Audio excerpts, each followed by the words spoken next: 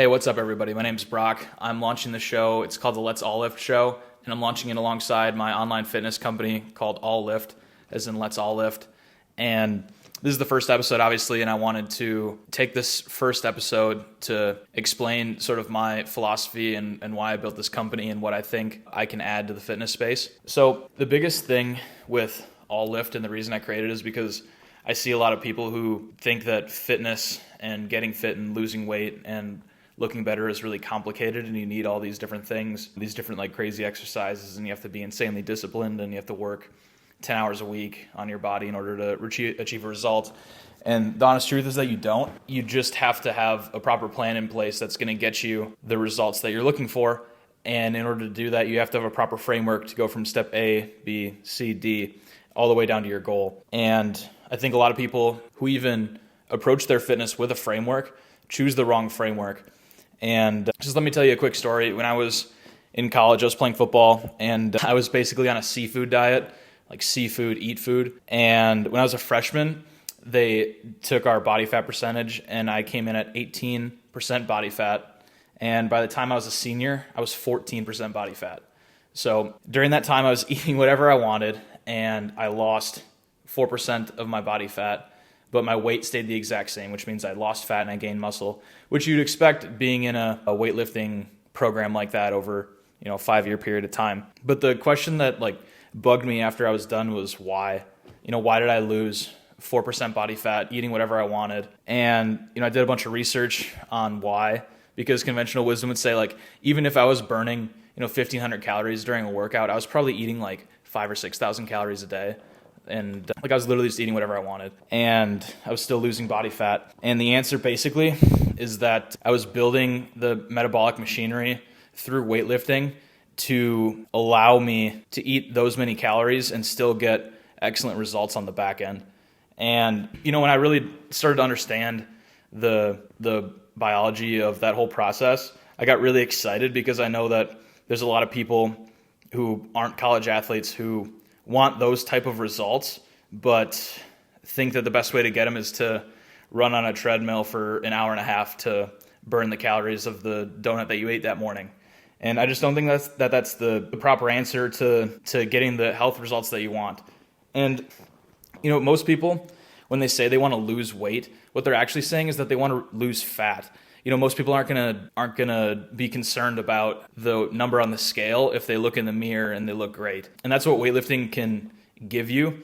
Weightlifting essentially is just gonna build the metabolic machinery for your body to take the calories that you're eating, and instead of storing it as fat, it's gonna build muscle, and you're gonna continue this process. And the more muscle you build, the more calories you're gonna use to build more muscle and move that muscle. And so it puts you in this virtuous cycle, rather than a vicious cycle, a virtuous cycle of, instead of being stuck in the paradigm of calories in, calories out, and you're just constantly trying to fight that battle, you're building a body that's going to pay caloric dividends, if you will, back to you over the rest of your life, just because you're putting in the work, the proper work at the proper time and the proper amount on the back end. It's the exact same thing as investing. If you were to buy a car for $10,000 and 3 years later you sell it for $10,000, maybe you got lucky, the car market's crazy right now, whatever. I wouldn't exactly call that a great investment. But if you were to buy a $10,000 stock and 3 years later it had appreciated by 50%, and then you sell it, you get a $5,000 gain. So, and that's really what I'm trying to build here with All Lift, is building the framework for people to easily step in, walk through the framework from beginning to end, and at the end, have the machinery in place, the biology of their body in place, in order to go through their life and not have to stress about diets, stress about calories in, calories out. If they go over, it's fine, because they know that it'll be fine in the end. And if they're under, it's fine. They'll just lose more fat. It's fine. You don't have to stress about this stuff, because you've built the proper investment strategy in your body to take care of your long-term health goals over an extended period of time. Also, a fun little side effect of building muscle in order to lose fat is that you end up looking really good at the same time. Take that in contrast to somebody who's doing what I would call chronic cardio. It's a ton of running or a ton of elliptical work or biking or whatever. And cardio is super important for you, but it's not going to get you the body that you probably are thinking that you want. And the reason it's not going to do this is because your body optimizes for exactly what it's doing.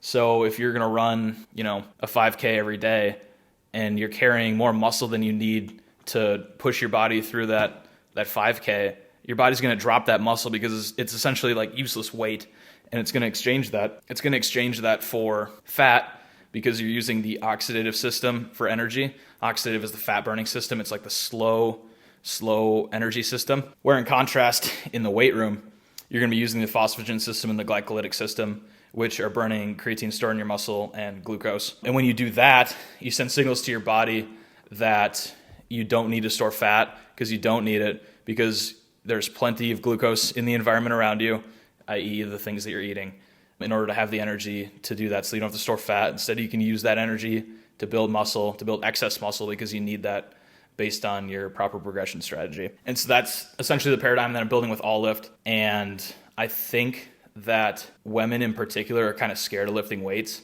because they think it's going to make them burly up top, which I understand why they're scared of that. But if you take a proper approach to your training as a woman, you're going to end up with a way better physique than when you started. And that's probably not going to consist of a ton of upper body work. It's probably going to consist of a lot more lower body work. And vice versa, if you're a guy, like, you're going to widen your shoulders, broaden your chest and your back, and you're going to look way better than you would if you spent 4 hours a week running on a treadmill. And you can achieve all of this with 2 hours a week of work in the weight room, even less. Some people can get by with an hour and a half. It just kind of depends on where you are and what your state is and what your diet looks like.